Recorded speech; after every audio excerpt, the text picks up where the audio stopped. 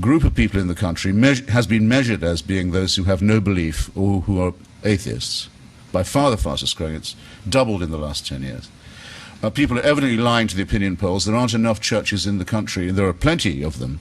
There are not enough to take all the people who say they go to them. Just couldn't be done. Couldn't fit them in.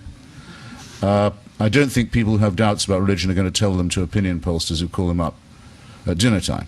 They will say, yes, I am a Methodist, or whatever it is. They're not going to say, I sometimes wonder if John Wesley was really the man. You know? Not when the multiple choice boxes are being gone through.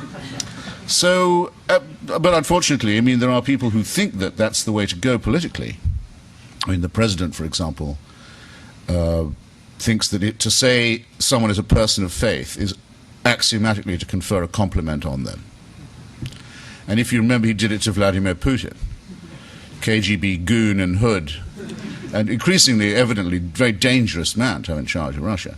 The president meets him and says right away, well, I could tell by looking into his eyes and seeing he was wearing his grandmother's crucifix that he was just the chap for me.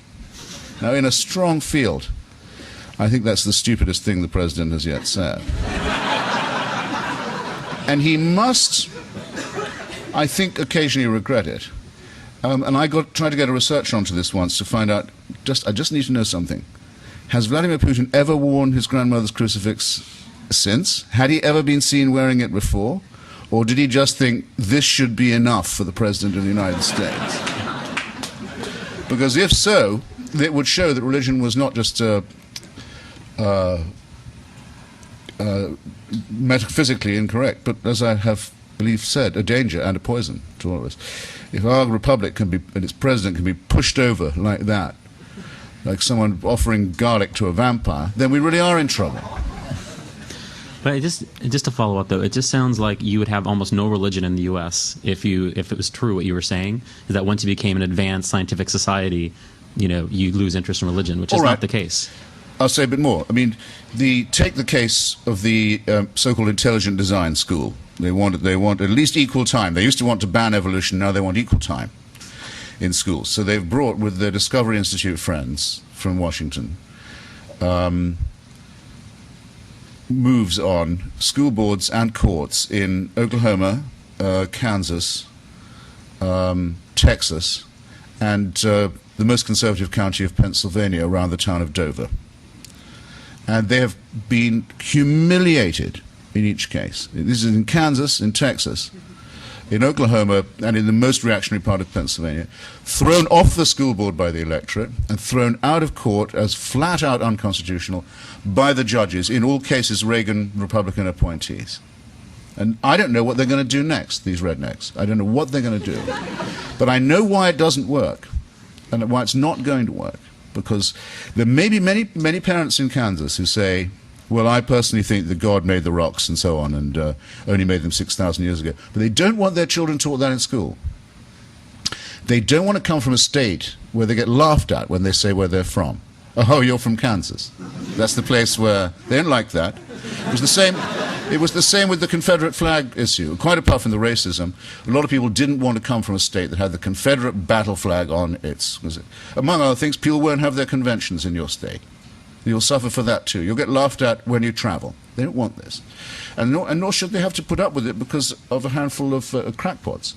So, no, I don't say there aren't a lot of devout people in this country, and I don't say that science just negates religion, but I say that the influence of religion as opposed to scientific rationalism is hugely overestimated. Yeah. Shouldn't impress people to the point where they feel it can't be opposed. Thank you for coming. Thank you for having me. I think you already answered one of my questions regarding organizing a larger effort. So separate from that, I wanted to get just some comments and thoughts based upon the idea of if there is going to be an independent movement, whether a atheist or anti-theist movement, whether you're a part of it or not, if you have any suggestions for the average person that may not have, say, a publishing company or a production company, but does have the internet, does have their own thoughts and a keyboard in front of them, what they can do to either give resources to other people or to actually express their thoughts in ways that you find to actually be, exceptional. to Yes. further some sort of movement, if there may be one. Yeah, my friend Richard Dawkins, actually, at the end of his book, The God Delusion, does have a list which you can look up. And his is an excellent book, I should say, of websites where, so to say, help is available. Well, there's one, for example, there is a very important one called Leaving Islam. It's about people who want to get out and are afraid or are being intimidated. Ways of actually doing it, and finding contact with people who feel the same way. Very serious, because there are quite a lot of our fellow citizens now who don't feel that they do have religious freedom because they're imprisoned in a religion that can kill them for even considering changing their minds about it. This is not a small matter. But I tell you what I would do. I would become a subscriber to a magazine called Free Inquiry, which is published out of Amherst, New York. It's every month, I think. It's a very, very good rationalist and skeptical magazine, which has itself a lot of local activities that you can look up. And then there's another magazine called Skeptical Inquirer, published from nearer here, maybe more appeal to people of a scientific or technical bent, which does things like expose frauds who are on TV claiming to be able to put you in touch with your relatives, or divine water, or all these kinds of nutbags are often featured on primetime shows.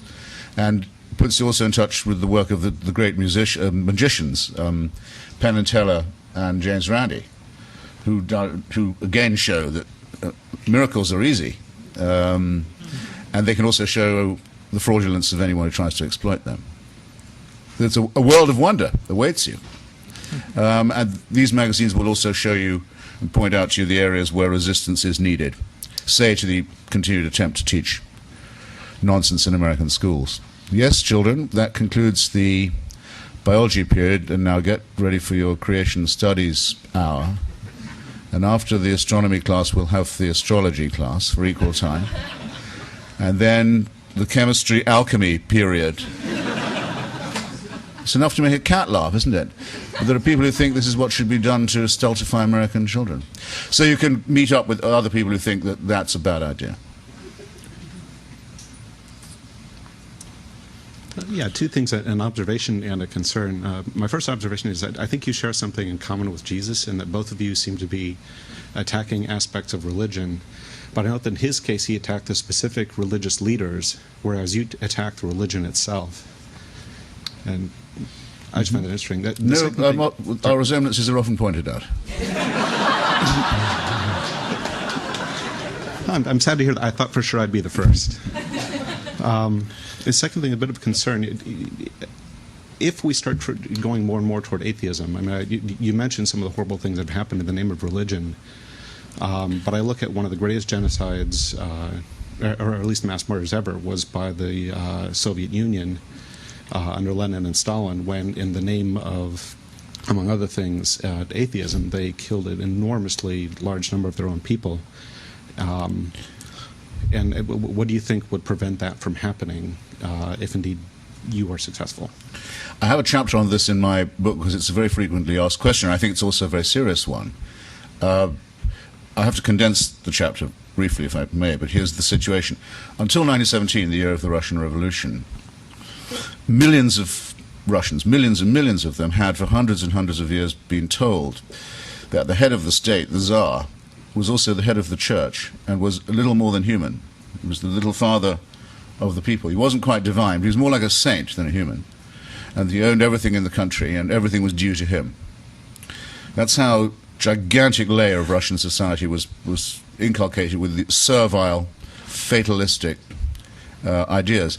If you were Joseph Stalin, you shouldn't be in the dictatorship business in the first place if you can't realize this is a huge opportunity for you. You've inherited a population that's servile and credulous and superstitious. Well, what does Stalin do? He sets up an inquisition.